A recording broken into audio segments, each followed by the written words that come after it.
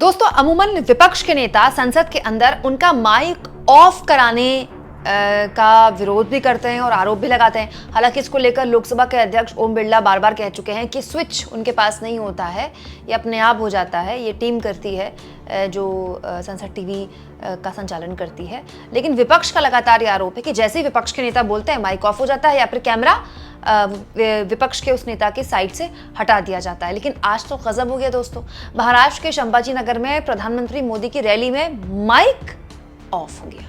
दोस्तों, वैसे अमूमन जो बीजेपी का आईटी सेल है या बीजेपी का जो टेक्नोलॉजी डिपार्टमेंट है वो काफ़ी सजग है, ऐसा होता नहीं है। लेकिन शायद कोई टेक्निकल फॉल्ट हुई होगी कि प्रधानमंत्री मोदी का शुरुआत में जो 8 मिनट का भाषण था उसमें उनकी आवाज़ ठीक से नहीं आ रही थी। ये भी हो सकता है दोस्तों कि क्योंकि रैली स्थल था तो रैली स्थल में हो सकता है कि आवाज़ ठीक आ रही हो, क्योंकि हम लोग यूट्यूब में लाइव स्ट्रीमिंग देखते हैं। लेकिन लाइव स्ट्रीमिंग से भी प्रधानमंत्री मोदी को सुनने के लिए लाखों लोग जुटते हैं, सैकड़ों लोग जुटते हैं। वो विश्व गुरु लेवल के नेता हैं इसीलिए। लेकिन किसी को भी आवाज़ समझ में नहीं आ रही थी कि मोदी बोल क्या रहे थे। तो आप कह सकते हैं कि मोदी का भाषण का शुरुआती 8 मिनट तो वेस्ट हो गया क्योंकि आवाज़ ऐसी आ रही थी। एक और संभाजी महाराज को मानने वाले देशभक्त है, दूसरी ओर औरंगजेब का अनुदान करने वाले लोग हैं। दोस्तों, बड़ी मुश्किल से थोड़ी बहुत जो आवाज़ समझ में आई और उसके बाद माइक ठीक भी हुआ, उसमें ये बात समझ में आई कि प्रधानमंत्री मोदी क्योंकि संभाजी नगर में है तो संभाजी नगर का नाम जब एकनाथ शिंदे सरकार ने 2023 में बदला था, औरंगाबाद से संभाजी नगर किया था, इसका एक तरह से क्रेडिट पीएम मोदी अपनी सरकार को दे रहे थे। और इस क्रेडिट देने के बाद में उन्होंने बाला साहब ठाकरे का जिक्र किया।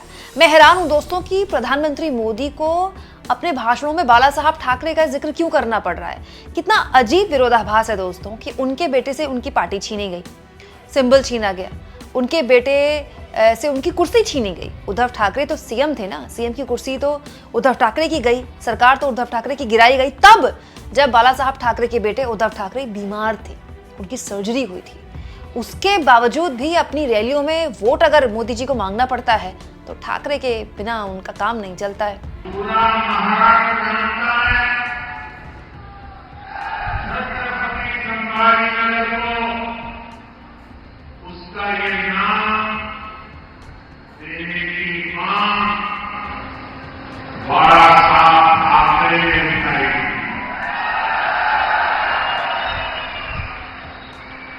हमारी सरकार की 2.5 साल सत्ता रही, लेकिन कांग्रेस के दबाव में इन लोगों की हिम्मत नहीं हुई।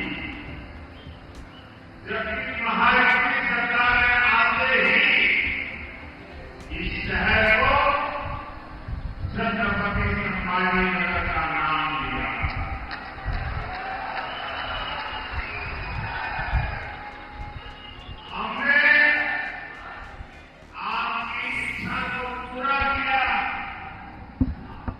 हमने बाला साहब ठाकरे की इच्छा को पूरा किया। यहाँ मैं आपको एक बात बता दूं दोस्तों, महाराष्ट्र आर्थिक राजधानी है देश की और देश का तमाम बड़ा उद्योग जगत वही रहता है। देश के सारे बड़े उद्योग भी वही हैं, वो गढ़ है उद्योग का। और आज से नहीं है, शुरुआत से, आजादी के बाद से, आजादी के पहले से भी है। लेकिन अब विपक्ष ये आरोप लगा रहा है कि महाराष्ट्र से छांट छांट के उद्योग जो है वो गुजरात भेजा जा रहा है। और प्रधानमंत्री मोदी आज भाषण में ये बता रहे थे कि देखिए इस इलाके में कितना इन्वेस्टमेंट आया और महाराष्ट्र में कितना एफडीआई आ रहा है। कहीं ऐसा तो नहीं कि मोदी समझ रहे हैं कि ये जो नैरेटिव है विपक्ष का वो लोग बाय कर रहे हैं। साथियों, महायुति सरकार बनने के बाद देश में सबसे ज्यादा निवेश, फॉरेन डायरेक्ट इन्वेस्टमेंट अगर कहीं हुआ है तो वो मेरे महाराष्ट्र में हुआ है। शिंदे जी, इसके लिए भी आपको और आपकी टीम को बधाई। और इसका एक बहुत बड़ा लाभ आप लोगों को हुआ है।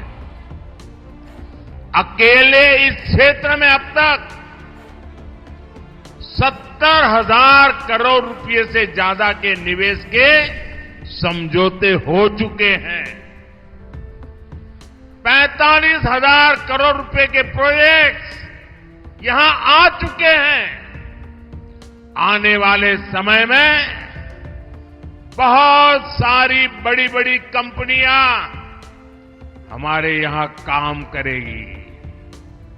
इसके लिए यहां महाराष्ट्र का सबसे बड़ा इंडस्ट्रियल पार्क बनाया जा रहा है। और इस सब का नतीजा क्या है?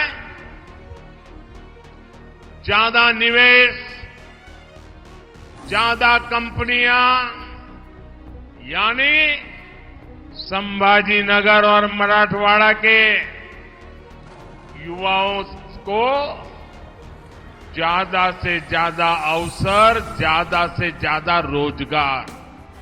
दोस्तों, इसके अलावा प्रधानमंत्री मोदी का भाषण सुनकर मुझे हैरानी भी हुई। प्रधानमंत्री विश्वगुरु लेवल के नेता हैं। एकनाथ शिंदे उनका स्वागत कर रहे थे आज, तो ये बता रहे थे कि पुतिन उनसे बात करते हैं और ट्रंप उनके कंधे में हाथ रखते हैं। इस लेवल के नेता हैं मोदी जी।